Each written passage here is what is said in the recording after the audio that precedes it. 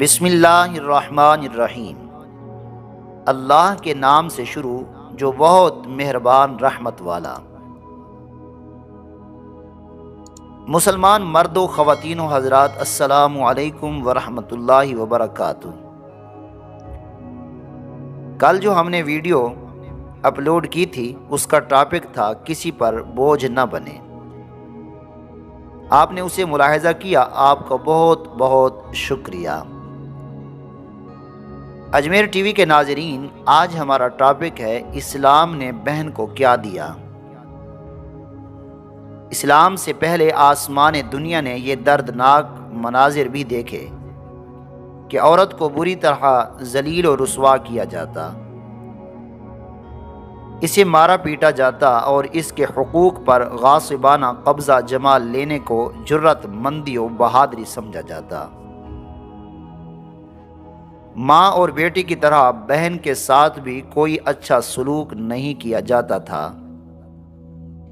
ماں باپ کی وراثت سے تو اسے یوں بے دخل کر دیتے جیسے دودھ سے مکھی کو نکال کر پھینک دیا جاتا ہے۔ اسلام نے ماں اور بیٹی کی طرح بہن کو بھی وراثت کا حق دیا کہ اگر کوئی شخص فوت ہو اور اس کے ورثاء میں باپ اور اولاد نہ ہو تو سگی اور باپ شریک بہن کو وراثت سے مال کا آدھا حصہ ملے گا، جبکہ صرف ایک ہو، اور اگر دو یا دو سے زیادہ بہنیں ہوں تو 2/3 حصہ ملے گا۔ مگر افسوس، آج اسلامی تعلیمات سے دور بعض لوگ اپنی بہنوں کے حق پر ڈاکہ ڈالتے اور انہیں وراثت میں ملنے والی جائیداد پر قبضہ جما لیتے ہیں، بلکہ بعض تو یہ دھمکی بھی دیتے ہیں کہ اگر حصہ لینا ہے تو ہمارا تمہارا تعلق ختم۔ چنانچہ بہن بیچاری بھائیوں سے اپنے حق کا مطالبہ اس خوف سے نہیں کرتی کہ بھائیوں کو چھوڑنا پڑے گا۔ عورتوں کے سب سے بڑے خیر خواہ مدینے کے سلطان رحمت عالمیان صلی اللہ تعالی علیہ وآلہ وسلم نے بھائیوں کو بہنوں کی عزتوں کا رکھوالا یوں بنایا: جس کی 3 بیٹیاں یا 3 بہنیں ہوں یا 2 بیٹیاں یا 2 بہنیں اور اس نے ان کے ساتھ حسن سلوک کیا اور ان کے بارے میں اللہ عز و جل سے ڈرتا رہا تو اسے جنت ملے گی، بلکہ ایک مرتبہ تو 4 انگلیاں جوڑ کر جنت میں رفاقت کی خوشخبری سنائی: ایسا شخص جنت میں میرے ساتھ یوں ہوگا۔ اسی طرح نبی کریم صلی اللہ تعالی علیہ وآلہ وسلم نے بہنوں پر خرچ کو دوزخ سے رکاوٹ کا یوں سبب بتایا: جس نے اپنی 2 بیٹیوں یا 2 بہنوں یا 2 رشتہ دار بچیوں پر اللہ عز و جل کی رضا کے لیے خرچ کیا، یہاں تک کہ اللہ نے انہیں اپنے فضل سے غنی کر دیا، تو وہ اس کے لیے آگ سے پردہ ہو جائیں گی۔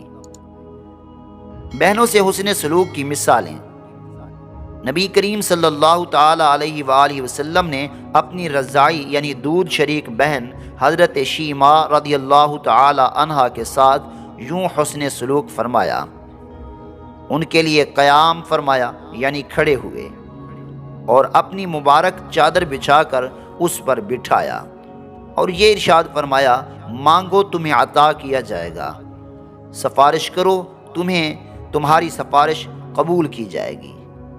اس مثالی کرم نوازی کے دوران آپ صلی اللہ تعالی علیہ وآلہ وسلم کی مبارک آنکھوں سے آنسو بہہ رہے تھے۔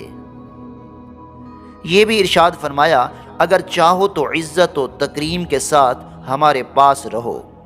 واپس جانے لگیں تو نبی کریم صلی اللہ تعالی علیہ وآلہ وسلم نے 3 غلام اور 1 لونڈی نیز 1 یا 2 اونٹ بھی عطا فرمائے۔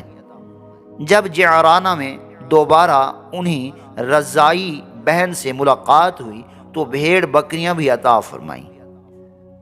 ہمارے پیارے نبی صلی اللہ تعالی علیہ وآلہ وسلم کا اپنی رضاعی بہن سے حسن سلوک ہر بھائی کو یہ احساس دلانے کے لیے کافی ہے کہ بہنیں کس قدر پیار اور حسن سلوک کی مستحق ہیں۔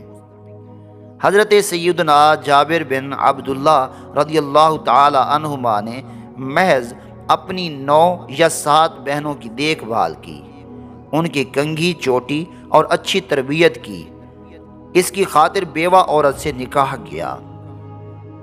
الغرض عورت کو ماں، بیٹی، بہن اور بیوی کی حیثیت سے جو عزت و عظمت، مقام اور مرتبہ اور احترام اسلام نے دیا، دنیا کے کسی قانون، مذہب یا تہذیب نے نہیں دیا۔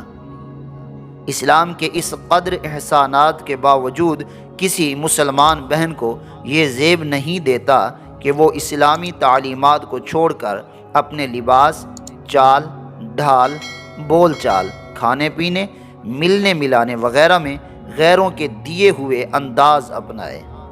لہٰذا ہر مسلمان بہن کو چاہیے کہ وہ اپنی زندگی اللہ و رسول عز و جل صلی اللہ تعالی علیہ وآلہ وسلم کی اطاعت میں گزارے۔